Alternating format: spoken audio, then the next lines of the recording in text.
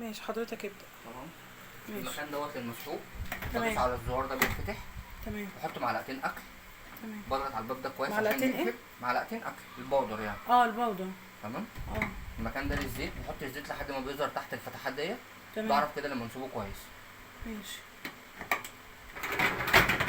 اللي جوه على الشمال دي الترمبه بتاعت الملح تتفك شمال. تمام. بنحط اول مره بس لتر الا ربع ميه، بعد كده بزود ملح لحد ما الميه تطلع على وش القربه. بعرف كده لما نصب الملح تحت كويس. ماشي، يعني ميه وملح.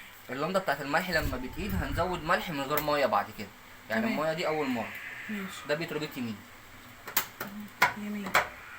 تمام.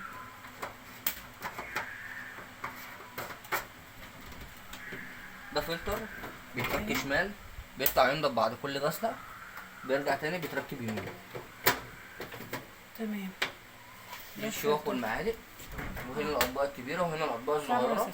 لما مفيش اطباق ممكن نركب كاسات بالمقلوب.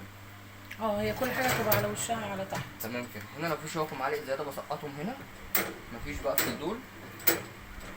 المكان اللي جوه ده للحلل. الحله برضه بتخش على وشها. تمام. المكان ده للاطباق. الاطباق برضه. اوكي ماشي. انا عايزه استحمل الوقت. ماشي. اول زرار الباور. تمام. اول زرار الباور بيولع ويطفي. تمام. تاني زرار البرنامج. كل برنامج بيبقى مكتوب قدامه درجه الحراره اللي هو واخدها، وبيظهر الوقت بتاعه هنا. تمام. يعني اول برنامج ده ربع ساعه بيشطب بس بريوش. الدرج بتاع المسحوق ما بيتفتحش فيه. تمام. بيشطب بميه. اللي بعديه دوت من الكود ده من 30 درجه حراره من 30 ل 40، والوقت بتاعه نص ساعه. احنا بنختار الوقت ودرجه الحراره على حسب الدهون اللي معايا. لو دهون عاليه بختار اعلى حاجه. كل ما بتقللي الدهون كل ما بتقللي المستوى بتاع السخان. يعني كل ما كانت الدهون اعلى كل ما كان السخان اعلى. تمام كده. يعني ال 40 دوت بيقعد ساعه وربع. الايكو ده موفر في الكهرباء والميه بتاعته دافيه بس بيقعد فتره طويله 3 ساعات و18 دقيقه. بس ده الايكو ده موفر. في السوبر ال 50 65 دوت بيقعد 50 دقيقه. الانتنسيف ال 65 ده بيقعد ساعتين الا 5 دقايق للحاجات التقيله. ال 70 دوت بيقعد ساعتين وربع، ساعتين وخمس دقايق. الزرار ده لو حضرتك عايز تزودي شطفه في البرنامج، هي بتشطف اكتر من مره. لو حضرتك عايز تزودي شطف بتدوس على الزرار بتاع الرنس. وده افضل صح؟ نعم، ده افضل، يعني ان انا ازود شطف افضل. تمام. عشان ما يبقاش قاعد حاجه مسحوق. اللنده ديت بتعرف حضرتك هي بتعمل ايه. الوش غسيل، الدرين طرد، الاند النهايه اللي هي كده خلصت. ماشي.